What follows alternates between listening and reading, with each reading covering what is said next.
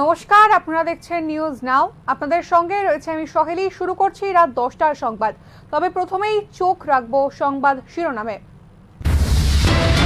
মানিকের পাঠানো আনারসের পর পাল্টা উপহার পাঠালেন হাসিনা। মুখ্যমন্ত্রী মানিক সাহাকে 400 কেজি আম, 50 কেজি ইলিশ ও 50 কেজি রসগোল্লা পাঠালেন বাংলাদেশের প্রধানমন্ত্রী।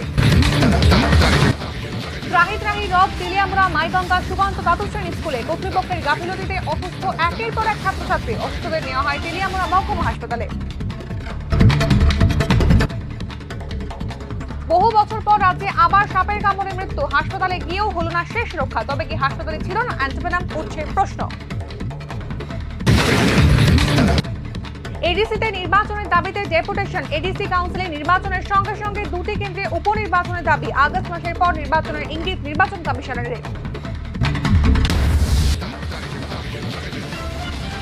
মা বাবার বকুনিতে আত্মঘাতী ছাত্র। হোস্টেলের ঘর থেকে উদ্ধার ছাত্রের ঝুলন্ত দেহ। শোকের ছায়া পরিবারের।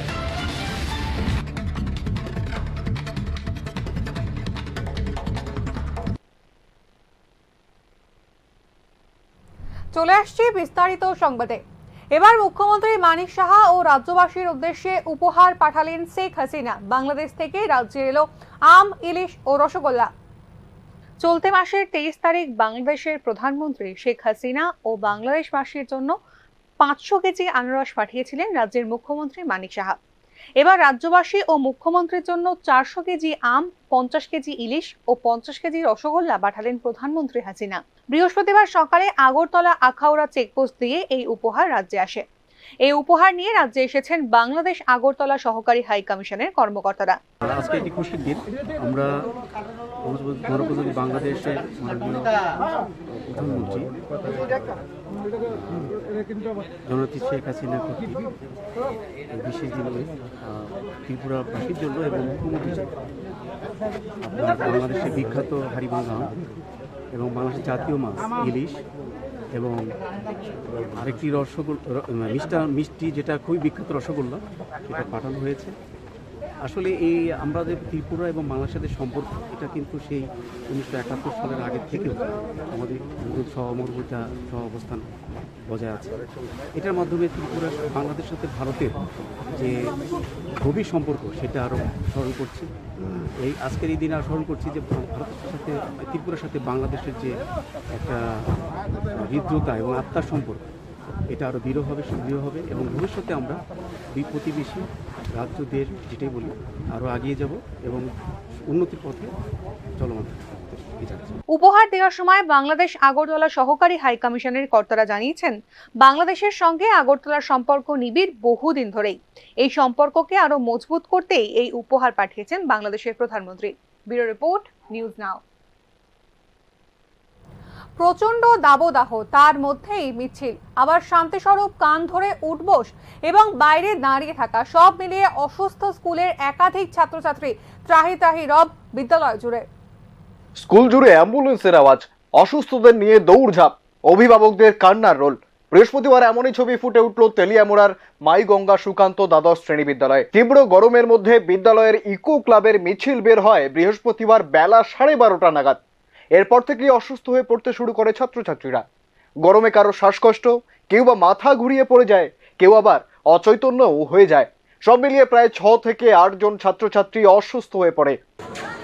যে তীব্রতা, সেই তীব্র দাবদাহের মধ্যে আমাদের এই কচিকাঁচাদের নিয়ে যে র্যালি, এই সিদ্ধান্তের মধ্যে যাওয়া আজকের দিনের দিকে লক্ষ্য রেখে। অন্যদিকে ইকো ক্লাবের দায়িত্বপ্রাপ্ত শিক্ষক ও শিক্ষিকা মানিক চক্রবর্তী এবং শ্যামলী দাস জানান, র্যালির সূচিটি পূর্ব নির্ধারিত থাকায় আজকেই করতে হয়েছে। কি করেন ইকো ক্লাব থেকে?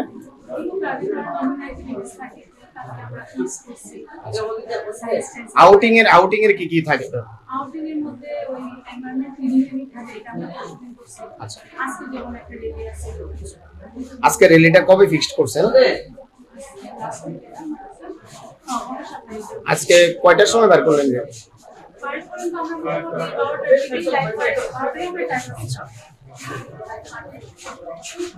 বার করছেন 12টা 12:30। তো এই ওয়েদারের মধ্যে বার করলেন, ব্যাপারটা কিরকম না?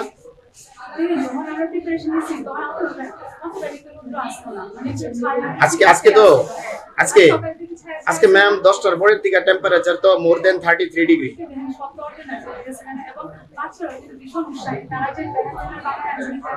ঠিক আছে ম্যাম, এখন ঘটনা হয়েছে এই সময় আপনারা রিলিটা করলেন তো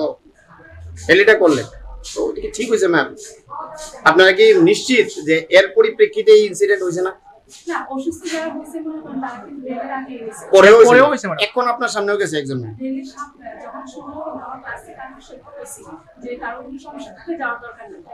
দেখেন আমার নিজের বাচ্চা আছে, আমি কি চাবো ম্যাম যখন সানস্ট্রোক হিটস্ট্রোক হয় তখন কিন্তু সমস্যা থাকলে হয় না ম্যাম, হইলে হয়। নিশ্চয়ই আপনারা টিচার আরো ভালো জানেন, হইলে হয়। আচ্ছা, কি নাম ম্যাম আপনার? আপনার নাম? ধন্যবাদ। এছাড়াও আরো কিছু অভিযোগ, স্কুলে দেরি করে আসায় আজই কিছু ছাত্রছাত্রীকে গরমে বাইরে দাঁড় করিয়ে রেখেছিলেন কিছু শিক্ষক শিক্ষিকা। এক অসুস্থ ছাত্রী জানায় তাকে প্রায় 80 বার কান ধরে ওঠবস করানো হয়েছিল। কেলিগা কালকে স্কুলে যেতে আসছে না দিনটা কে ধরাইছে? রুমা ম্যাম। কোন school? My English friend class 12 school. কয়জনের কানে ধরাইছিল? অনেকজন আমি 2-3 বার মাথা ঘুরে আছে গাড়ি আমি আর দেখছি না। তুমি মানে কানে ধরছোর সময় 2-3 বার মাথা ঘুরে ঘুরে গেছো? 2-3 বার বস ফিরা করে আছে। আচ্ছা, আমার বোনের শোলটা বানানো এই লিগে স্কুলে যায় না। আজকে স্কুলে গেছে পরে তাইরে কানে ধরেছে 80 বার।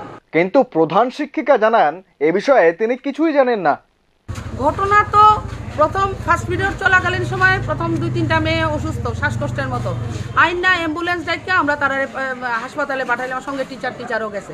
কিছুক্ষণ পরে আরো 2-3টা মেয়ে অসুস্থ বিভিন্ন ক্লাস থেকে। আজকে কয়টার সময় আইছেন ম্যাডাম আপনি স্কুলে? 10টা 10। আচ্ছা, কয়টা স্টুডেন্ট আজকে প্রেয়ারের পরে আইছে? ক্লাস 11, 12 বা 10? 11 তো নাই এখন। প্রেয়ারের পরে কতজন? গোনা তো নাই, অল্প কয়েকটা স্টুডেন্ট আছে। যারা আইছে তারারে কি করছেন? তারার ব্যাপারে কি পানিশমেন্ট নিছেন আপনারা? পানিশমেন্ট তো কিছু দিছি না তারারে। কিছু স্টুডেন্ট ম্যাম কিছু স্টুডেন্ট এবং তাদের গার্জিয়ানরা অভিযোগ করছে, লিখিত অভিযোগ, যেটার মধ্যে আপনারা তারারে প্রেয়ারের পরে আইছে দীক্ষা রৌদ্রে দাঁড়া করায় রাখছেন। এটা কি মানতে স্বীকার করতেছেন না অস্বীকার করতেছেন? না, আমরা তারারে মানে এবং আপনার জ্ঞাতার্থে জানাই, এর মধ্যে যে কোনো একজন গার্জিয়ান বিষয়টারে রেকর্ডিং করছে। এই রেকর্ডিং এর ক্লিপস আমার কাছে আছে। আমরা এখানে সবার সামনেই কইতাছি, বিষয়টা আমরা নিউজ আকারে নিমু। আপনার বক্তব্য জানতাছি এজ এ প্রিন্সিপাল। আমি তো আমার রুমে আসছিলাম সেই সময়। স্টুডেন্টরা আমার কাছে আইছিল, আমি ক্লাসে পাঠাই দিছি তারা। আমি কিছু যাও আমার রুম থেকে যাও, ক্লাসে যাও। কেন আইছিল তারা দেরিতে আইছিল, ক্লাস টিচার আমার কাছে পাঠাইছে। তা এমন রোজই হয়, দেরিতে আইলে পাঠাই, আমি কয়ে দিই মানে যেটা অ্যাজ ইউজুয়াল আমরা কই যে টাইমলি স্কুলে আয়ো, স্কুলের টাইম মেনটেন করে চলে, এটা সব স্টুডেন্টের ক্ষেত্রে একই কথা কয়ে দিই। ওই রকম কয়ে আমি ক্লাসে পাঠাই দিছি। তখন তো আমি ফার্স্ট পিরিয়ডে আমাদের প্রফেশনাল রুটিন ও অন্যান্য কাজে আমি তো রুমেই আসছিলাম, রুমেই ব্যস্ত আসলাম। তখন আমি বাইরেও আইছি। এখন আপনি এই বক্তব্যটারে মানতাছেন না যে তারা প্রেয়ারের পরে আসাতে তারারে রোদের মধ্যে দাঁড়া করা হয়েছিল? আপনি মানেন কি মানেন না? মানা তো আমি তো দেখছি না, এই ঘটনাটা আমি দেখছি। মানে হইছে মানে এরকম হইতেও পারে, আমি জানি না, ব্যাপারটা আমার নলেজের বাইরে। যদি অসুস্থ ছাত্রছাত্রীদের তেলিয়ামুড়া মহকুমা হাসপাতালে ভর্তি করা হয়। সব মিলিয়ে ভীষণ চাঞ্চল্য ছড়ায় স্কুল জুড়ে। শুক্রবার পরিচালনা কমিটির মিটিং এর মাধ্যমে গোটা ঘটনা খতিয়ে দেখা হবে বলে জানা যায়। তবে স্কুল কর্তৃপক্ষ এই ছাত্রছাত্রীগুলির অসুস্থতার দায়ভার মাথায় নিয়ে নিজেদের ভুল ত্রুটি খতিয়ে দেখে উপযুক্ত পদক্ষেপ নেবে কিনা এখন সেটাই দেখার। তেলিয়ামুড়া থেকে সঞ্জীব দাসের রিপোর্ট, নিউজ নাও। দীর্ঘ সময় পর আবারও রাজ্যের সাপের কামড়ে মৃত বহু বছর পর এমন ঘটনা প্রকাশ্যে আসায় উঠছে নানান প্রশ্ন। ঘটনায় শোকের ছায়া পরিবারে। বৃহস্পতিবার সাপের কামড়ে মৃত্যু হয় কাতলামারা এলাকার বছর 21-এর এক গৃহবধূ কাজল ঘাটওয়ালের। স্থানীয় কাতলামারা হাসপাতাল থেকে জিবি আসার পথে অ্যাম্বুলেন্সেই অজ্ঞান হয়ে পড়েন কাজল। পরে জীবিতেই প্রাণ হারান তিনি। জানা যায় বাড়িতে থাকাকালীন একটি সাপ তাকে কামড়ায়। তৎক্ষণাৎ তাকে কাতলামারা স্থানীয় হাসপাতালে নিয়ে যাওয়া হয়। ঘটনা মানে গড় লেবা দিছিল বারিন্দা বাইরে, এই যে ডোলা আছে এখান থেকে সাপ বাইরে কামড় মেরে আবার ভিতরে ঢুকে আছে সাপটা। কি সাপ আসলো? এই সাপটা কি সাপ আসলো বলতে পারেন, আমার দিদি কইছে আর কি যে একটা সাপ আসলো, সাদা মাথাটা দেখছি। এরপরে আর কোনো কথা হয়েছে না। এরপরে তাদের এখানে চিকিৎসা করে, এখানে আমরা কাতলামারা হসপিটালে এখানে 2-3টা ইঞ্জেকশন লাগাই আর বলে দিয়ে দেয়। তারপরে এখানে খাওয়ার পরে এখানে সেন্সলেস হয়ে যায়, তারপরে এখানে রেফার দেয় জিবিতে আসবার পরে কি করছে ডাক্তার? মারা গেছে। কিছু কয়নি এখনো, বলেছে ভগবানের উপরে সব কিছু আছে। এরপর জীবিতে প্রাণ হারান তিনি। হাসপাতালে পৌঁছয় পুলিশ। মৃতদেহের ময়নাতদন্তের পর তুলে দেওয়া হবে পরিবারের হাতে। রোগীটা অ্যাকচুয়ালি কাপ্তামারা হাসপাতাল থেকে রেফার হয়েছিল। ওইখানে পেশেন্টটা আনা হয়েছিল যে সাপে কামড় দেওয়া হয়েছিল। সাপে কামড়ের পরে এখানে নিয়ে এসেছিল। আনার পরে আমরা যখন পেশেন্টটা রিসিভ করছি এখানে পেশেন্টের মৃত অবস্থায় পেয়েছি। যাই হোক আমরা সিপিআর টিপিআর এড্রিনালিন দিয়ে পেশেন্টের অ্যারেস্ট থেকে উঠাইছিলাম, ভেন্টিলেশনও দিয়েছিলাম। ভেন্টিলেশন দেওয়ার পরে কিছুক্ষণ সাস্টেন করছিল। আমরা তারপর অ্যান্টি স্নেক ভেনামও দিছি, প্লাস আনুষঙ্গিক যা যা করার সব কিছুই দিছি। বাট আলটিমেটলি পেশেন্টটা কিছুক্ষণ আগে মারা গেছে। পারছি না, মানে জানতে পারছেন না কিভাবে হয়েছিল ঘটনাটা? হ্যাঁ, এটা তারা যেটা কইলো যে বাড়িতে নাকি ওই সাপটা বাইরে কামড় দিয়ে আবার গর্তে ঢুকে আসলো, গর্তের থেকে বা হাতের মিডল ফিঙ্গারে কামড় দিয়েছিল। তো সাপের কামড়ে কি স্যার এরকম হয়েছে?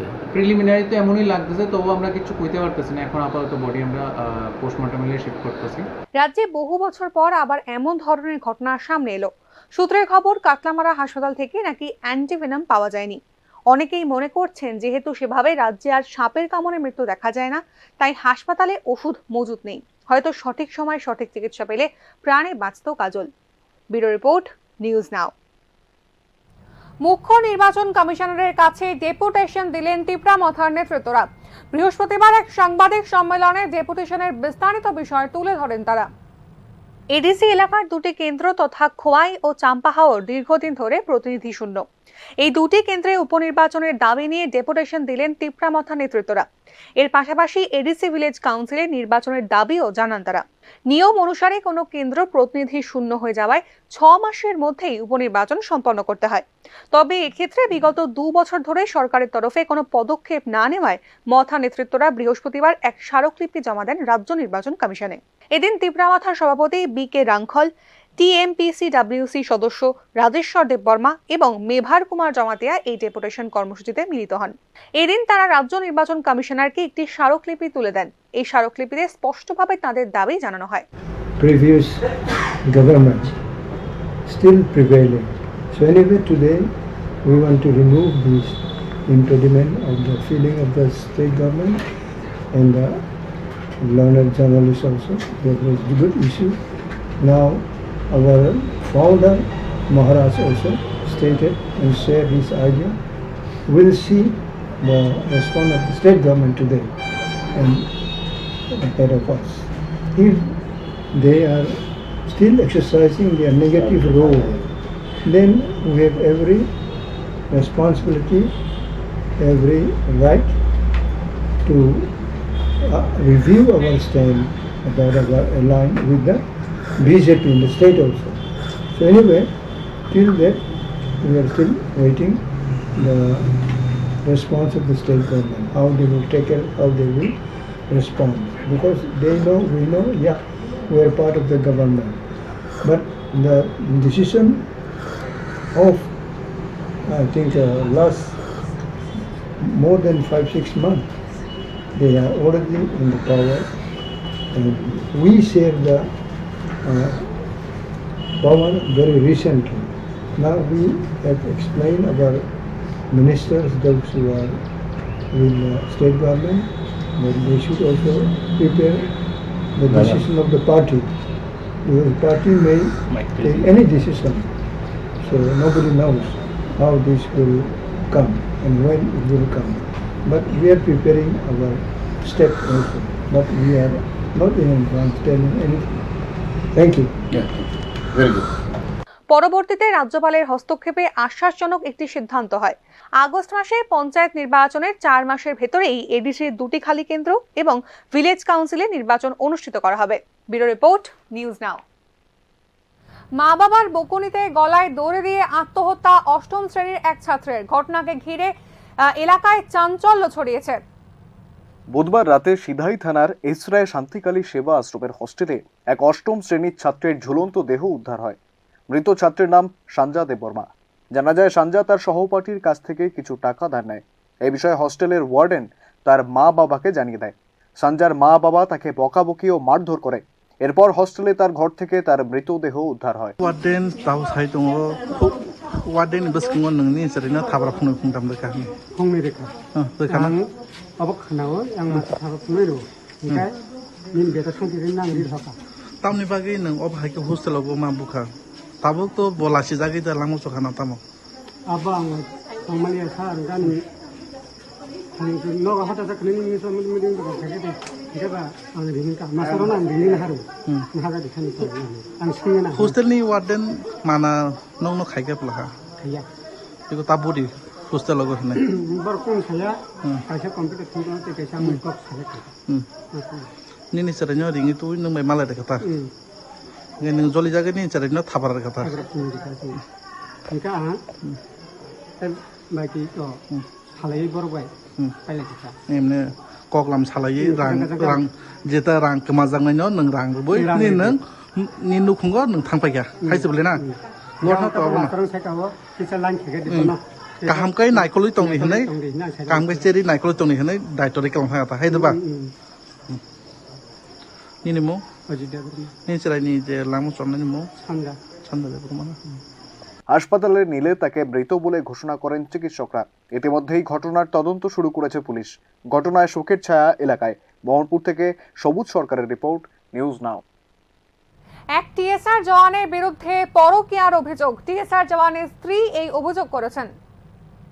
তেলিয়ামুড়া ইছারবিলের বাসিন্দা অর্জুন বিশ্বাসের বিরুদ্ধে বিবাহ বহির্ভূত সম্পর্কের অভিযোগ করেছেন তার স্ত্রী বীণা দেবনাথ।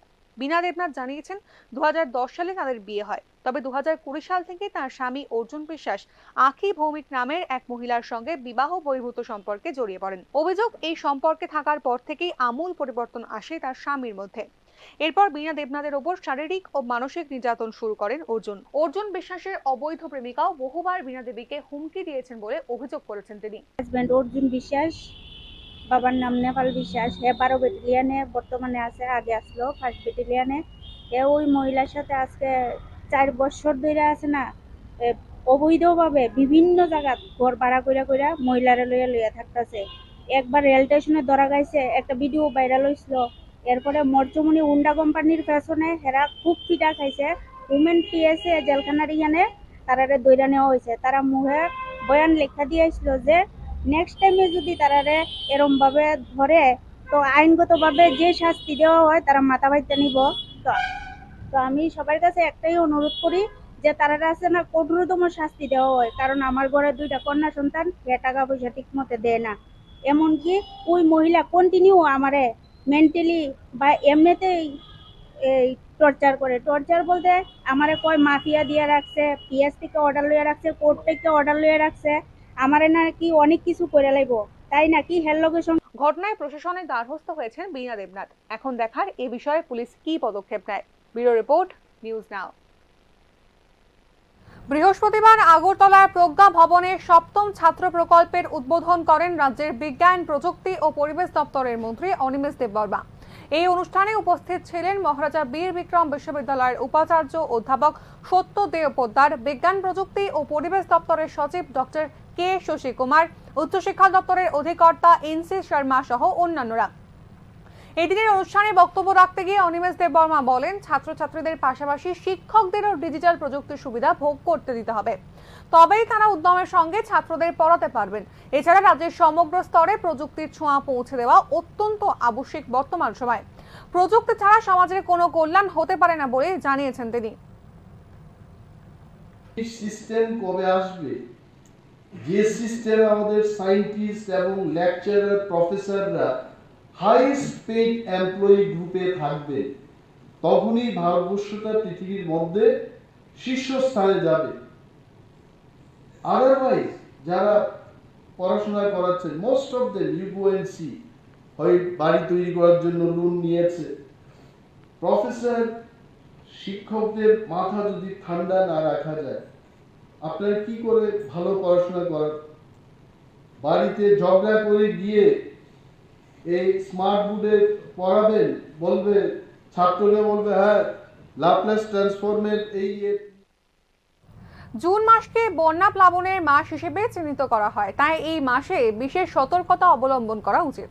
এই বিশেষ মাসে বাড়ির আশেপাশের জলাশয়গুলোকে সুরক্ষিত রাখা থেকে শুরু করে শিশুদের প্রতি বিশেষ নজরদারি রাখায় বার্তা দিতে একটি জনসচেতনতামূলক র্যালি সংগঠিত হয় বিলোনিয়া মহকুমা প্রশাসনের উদ্যোগে।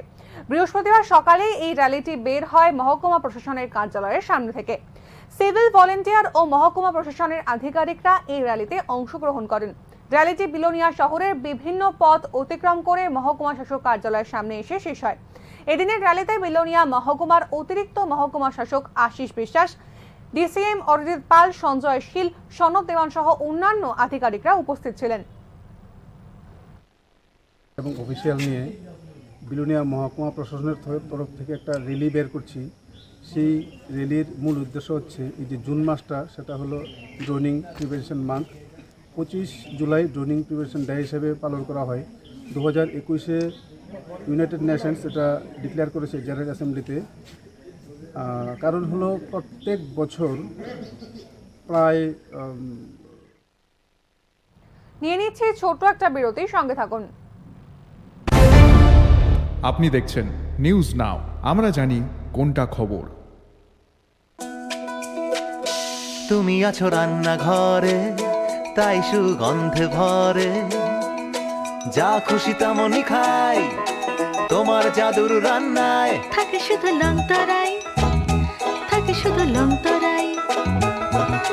কত কেজি রান্না হয়, মনটাই গড়ছো জয়, ভালোবেসে বলছি তাই, রান্নায় তোমাকে চাই, চাই শুধু লংতরাই, চাই শুধু লংতরাই।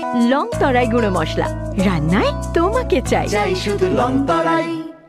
Step into the realm of Assam Downtown University, where we encourage success, experience the pinnacle of academic excellence, and live your best days.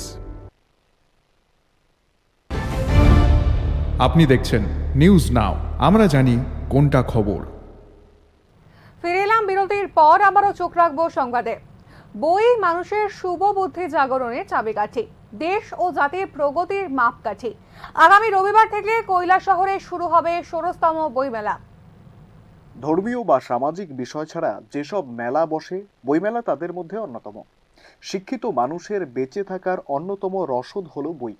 বৃহস্পতিবার কৈলাসহর মহকুমা শাসক প্রদীপ সরকার সাংবাদিক সম্মেলনে জানান, আগামী 30 জুন থেকে কৈলাসহরের ভগিনী নিবেদিতা উচ্চতর মাধ্যমিক বিদ্যালয়ে 16তম বইমেলা শুরু হবে, চলবে 5 জুলাই পর্যন্ত। All Tripura book sellers and publishers এবং ত্রিপুরা পাবলিশার্স গিল্ডের দায়িত্বপ্রাপ্ত কর্মকর্তারা এই বইমেলায় রাজ্যের প্রায় 23টি বইয়ের স্টল নিয়ে আসছেন। এছাড়াও স্থানীয় 5 থেকে 6টি বইয়ের স্টল থাকবে। প্রতিদিন সন্ধ্যায় স্থানীয় শিল্পীদের সাংস্কৃতিক অনুষ্ঠান এবং অন্যান্য বিভিন্ন দপ্তরের প্রদর্শনীও থাকছে মেলাকে কেন্দ্র করে। বর্তমান সময়ে সামাজিক যোগাযোগ মাধ্যমে আমরা এতটা আসক্ত হয়ে পড়েছি যে বই পড়ার বিষয়টি খুব কমই চিন্তা করি। আমাদের প্রতিদিনের কর্মব্যস্ততায় জীবনে আমরা বিভিন্ন বিষয় নিয়ে দুশ্চিন্তায় থাকি, যা আমাদের মানসিক চাপ বাড়ায়। এর থেকে মুক্তি পেতেই বই পড়ার অভ্যাস গড়ে তুলতে পারলে মানসিক চাপ থেকে মুক্তি পাওয়া সম্ভব বলে জানান তিনি। তাই আগামী 30 জুন থেকে শুরু হওয়া বইমেলায় কৈলাসহরবাসীদের বেশি করে অংশগ্রহণ করার আহ্বান জানান মহকুমা শাসক। যে কৈলাসহর একটা সংস্কৃতির শহর, এটা ঐতিহ্যময় শহর, ত্রিপুরার মধ্যে একটা ওয়ান অফ দ্য বেস্ট শহর। এখানে বইমেলা একটা এই শহরের একটা ঐতিহ্য, এবং আমি অনেকদিন আগে থেকে আমার সাথেও ব্যক্তিগত সম্পর্ক আছে কৈলাসহরের। আমি যখন 2005 সনেতে এখানে চাকরিতে এসেছি, তখনও আমি দেখেছি পরপর 2 বছর আমি বইমেলাতে অ্যাজ এ পার্টিসিপেন্ট এখানে অংশগ্রহণ করেছি, বই কিনেছি, এবং আমি যে আয়ার জবের জন্য প্রিপারেশন নিয়েছি সেখান থেকে বই কিনে কিন্তু আমি করেছি। এবং আমি সাথে সাথে দেখেছি যে এখানে যে বই কেনার যে প্রবণতা, এটা খুবই একটা বেশি। এটাকে সামনে রেখেই যে এই যে একটা ঐতিহ্যপূর্ণ একটা ঐতিহ্য কৈলাসহরের বইমেলার, এটাকে এবার একটা ইলেকশনের পিরিয়ডের সময় আমরা বিভিন্ন মহল থেকে আমরা একটা প্রপোজাল পেয়েছি, কারণ ওইটি ছিল বই বুক ফেয়ারের একটা প্রকৃত সময়। কিন্তু যেহেতু ইলেকশন চলছিল, এই কারণে আমরা করতে পারিনি। ইলেকশনের পরে একটা মিটিং হয়েছে, এই মিটিংয়ের পরে ঠিক হয়েছে যে এই মাসের 30 তারিখ থেকে আরম্ভ হয়ে এটা আগের মাসের 5 তারিখ পর্যন্ত এই মেলাটা হবে, 5 জুলাই 2024 পর্যন্ত হবে। এটা ভগিনী নিবেদিতা এইচ স্কুলেতে হবে। এই যে 6 দিনের বুক ফেয়ার হবে, এখানে আগরতলার বিভিন্ন যে বুক সেলার্স অ্যাসোসিয়েশন বা গিল্ড আছে, এখান থেকে সবগুলি অর্গানাইজেশন থেকে মোট যান্ত্রিক ত্রুটির কারণে মহাকাশে আটকে সুনিতা উইলিয়ামস ও বুচ উইলমোর। হাতে বাকি 23 দিন আর মাত্র। এরই মধ্যে মহাকাশচারীদের ভূপৃষ্ঠে ফেরাতে কোমর বেঁধেছে নাসা। চলছে সমালোচনা। চলতি মাসের 5 তারিখ মহাকাশচারী সুনিতা উইলিয়াম ও বুচ উইলমোরকে নিয়ে অনন্ত উড়াল দেয় বোয়িং স্টারলাইনার। কথা ছিল 8 দিনের মিশন শেষে দুই নভোচারী পৃথিবীতে ফিরে আসবেন। তবে মহাশূন্যই দেখা দেয় যান্ত্রিক ত্রুটি। মহাকাশেই আটকে রয়েছেন দুই মহাকাশচারী। তাদের ফিরিয়ে আনার জন্য কোমর বেঁধে মাঠে নেমেছে মার্কিন মহাকাশ গবেষণা সংস্থা নাসা। বিভিন্ন গবেষণার উদ্দেশ্যে 8 দিনের মিশনে সুনিতা ও বুচকে নিয়ে 5 জুন মহাকাশে পাড়ি দেয় বোয়িং স্টারলাইনার। তবে আন্তর্জাতিক স্পেস স্টেশনে স্পেস ক্রাফটিং ডকিং এর পর সার্ভিস মডিউলার এক্সপেন্ডাল প্রপালশন সিস্টেমে যান্ত্রিক ত্রুটি ধরা পড়ে। থ্রাস্টারগুলি অতিরিক্ত গরম হয়ে যাওয়ায় হিলিয়াম লিক করতে শুরু করে। প্রসঙ্গত, এই মডিউলের সাহায্যেই মহাকাশযানটি আন্তর্জাতিক মহাকাশ স্টেশন থেকে বিচ্ছিন্ন হয়ে নির্দিষ্ট গতিপথ ধরে ভূপৃষ্ঠে ফিরবে। 27টি থ্রাস্টারের মধ্যে 5টি যথাযথভাবে কাজ না করায় পৃথিবীতে ফেরার সময় পিছিয়ে যাচ্ছে ওই দুই মহাকাশচারীর। বোয়িং এর এক মুখপাত্রের দাবি যে 5টি থ্রাস্টার আগে কাজ করছিল না, তার মধ্যে 4টি আবার কাজ শুরু করেছে। বর্তমানে 27টির মধ্যে একটি থ্রাস্টার অচল। তবে এটার কারণে ফেরত আসার ক্ষেত্রে বিশেষ প্রভাব পড়বে না। অন্যদিকে নাসার commercial crew program manager Steve Stich জানিয়েছেন, যথেষ্ট সময় নিয়ে সমস্ত গুণমান মেনে নাসার ইঞ্জিনিয়াররা কাজ করছেন। বোয়িং স্টারলাইনার মহাকাশযানটি সাধারণ পরিস্থিতিতে প্রায় 45 দিন পর্যন্ত মহাকাশে থাকতে পারে। পরিস্থিতি বিরূপ হলে বিভিন্ন ব্যাকআপ সিস্টেম ব্যবহার করে 72 দিন পর্যন্ত মহাকাশে থাকতে পারে স্পেসক্রাফটটি। নাসার তরফে জানানো হয়েছে, ইন্টারন্যাশনাল স্পেস স্টেশন থেকে বিচ্ছিন্ন হয়ে পৃথিবীতে ফিরতে সময় লাগবে 7 ঘন্টা। মহাকাশযানে জ্বালানি বেঁচে আছে 70 ঘন্টার। গোটা ঘটনা নিয়ে ইতিমধ্যেই আন্তর্জাতিক স্তরে বইছে সমালোচনার ঝড়। 2010 সাল থেকে শুরু করে একাধিকবার ব্যর্থতা ও বিলম্ব পেরিয়ে 2022 সালে প্রথম যাত্রী ছাড়া মহাকাশে উড়াল দেয় বোয়িং স্টারলাইনার। মহাকাশে যাত্রী নিয়ে এই প্রথম উড়ল বোয়িং। বিশেষজ্ঞদের মত, এর ফলে লাভবান হতে পারে এলন মাস্কের স্পেস এক্স কোম্পানি। বর্তমানে আন্তর্জাতিক স্পেস স্টেশনে আছেন সুনিতা ও বুচ। যান্ত্রিক ত্রুটিগুলির নিরাময় হলে তাদের ফিরিয়ে আনা সম্ভব হবে পৃথিবীতে। ব্যুরো রিপোর্ট, নিউজ নাও। আসন্ন ত্রিস্তরীয় পঞ্চায়েত নির্বাচনকে সামনে রেখে 18 সূর্যমণিনগর বিধানসভা কেন্দ্রের সূর্যমণিনগর গ্রাম পঞ্চায়েত এবং 53 নম্বর বুথ থেকে শুরু হয় উদয়স্ত জনকল্যাণ পদযাত্রা। শ্যামাপ্রসাদ মুখার্জির প্রয়াণ দিবসকে কেন্দ্র করে গত 23 জুন থেকে 18 সূর্যমণিনগর বিধানসভা কেন্দ্রে শুরু হয়েছিল উদয়স্ত জনকল্যাণ পদযাত্রা, যা আজ চতুর্থ দিনে পা রেখেছে। এই জনকল্যাণ পদযাত্রা চলবে আগামী 6 জুলাই পর্যন্ত। এদিন বিধায়ক রামপ্রসাদ পাল বলেন, আসন্ন পঞ্চায়েত নির্বাচনকে সামনে রেখে এই বিধানসভা কেন্দ্রের প্রতিটি অলিতে গলিতে অভিযান চালানো হবে এবং সাধারণ মানুষের সাথে কথা বলে তাদের কি সমস্যা রয়েছে তা কাগজে কলমে লিপিবদ্ধ করা হবে। তাছাড়া রাস্তাঘাট, পানীয় জল, বিদ্যুৎ ইত্যাদি সমস্যা রয়েছে কিনা সেই বিষয়গুলি সম্পর্কেও অবগত হচ্ছেন বলে জানান বিধায়ক রামপ্রসাদ পাল। আজকে আমাদের পদযাত্রা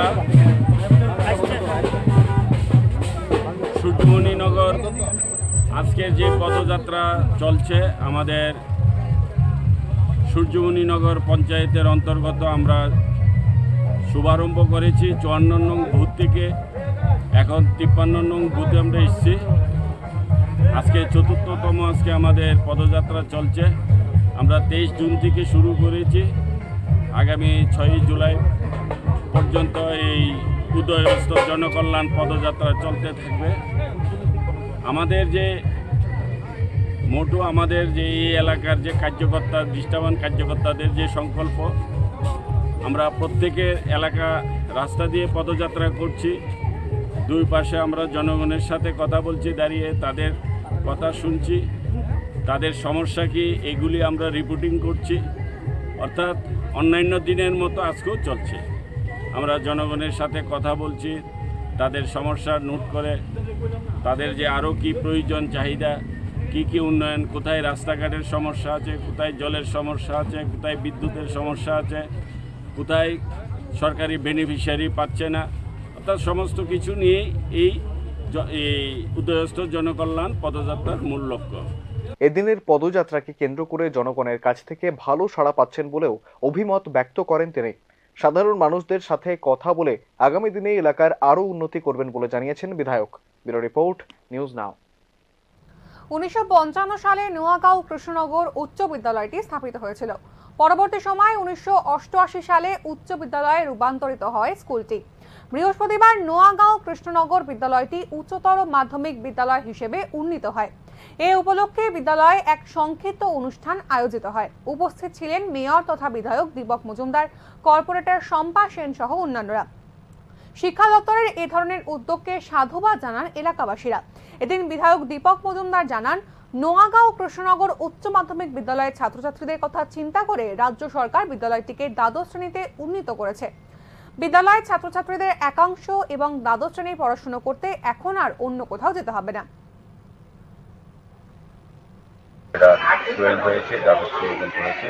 যারা এই এলাকার স্টুডেন্টরা আগে বাইরে গিয়ে পড়াশোনা করতে হতো, অনেক অসুবিধা হতো, যাতায়াতের ক্ষেত্রে হোক বা শিক্ষা গ্রহণ করার ক্ষেত্রে হোক, কিন্তু এখন সুবিধা হয়েছে। এক্ষেত্রে আমি সরকার টিএফএ পরিচালিত তৃতীয় ডিভিশন ফুটবল লিগ প্রতিযোগিতায় বি গ্রুপের লড়াইয়ে বৃহস্পতিবার কদমতলী যুব সংস্থাকে 5-0 গোলের ব্যবধানে পরাজিত করে লিগে টানা দ্বিতীয়বার জয় তুলে নিল ইকফাই এফসি।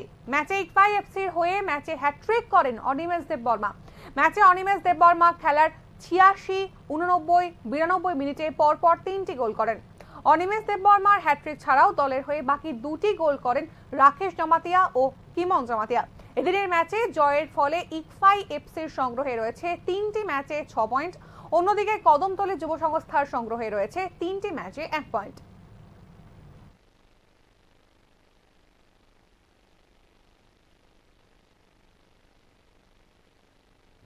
চলতি সপ্তাহে সারা রাজ্য জুড়ে বজায় থাকবে হালকা বৃষ্টিপাত। বৃহস্পতিবার সর্বোচ্চ ও সর্বনিম্ন তাপমাত্রা ছিল যথাক্রমে 35.4 ও 26.2 ডিগ্রি সেলসিয়াস। গত সপ্তাহে রাজ্যে বৃষ্টি হয়েছে 48.8 মিলিমিটার, যা স্বাভাবিক বৃষ্টিপাতের থেকে 47% কম। অর্থাৎ রাজ্যে বৃষ্টিপাতের ঘাটতি লক্ষ্য করা গিয়েছে। চলতি মৌসুমে এখনো পর্যন্ত বৃষ্টিপাত হয়েছে 387.4 মিলিমিটার, যা স্বাভাবিকের থেকে 3% বেশি। গত সপ্তাহে সর্বোচ্চ তাপমাত্রা 30 ডিগ্রি থেকে 35 ডিগ্রি সেলসিয়াসের মধ্যে ছিল। গত সপ্তাহে সর্বনিম্ন তাপমাত্রা ছিল 24 থেকে 28 ডিগ্রি সেলসিয়াসের মধ্যে। আগামী 28 জুন থেকে 4 জুলাই পর্যন্ত রাজ্যে বৃষ্টিপাত স্বাভাবিক বা তার থেকে খানিকটা হলেও বেশি থাকবে।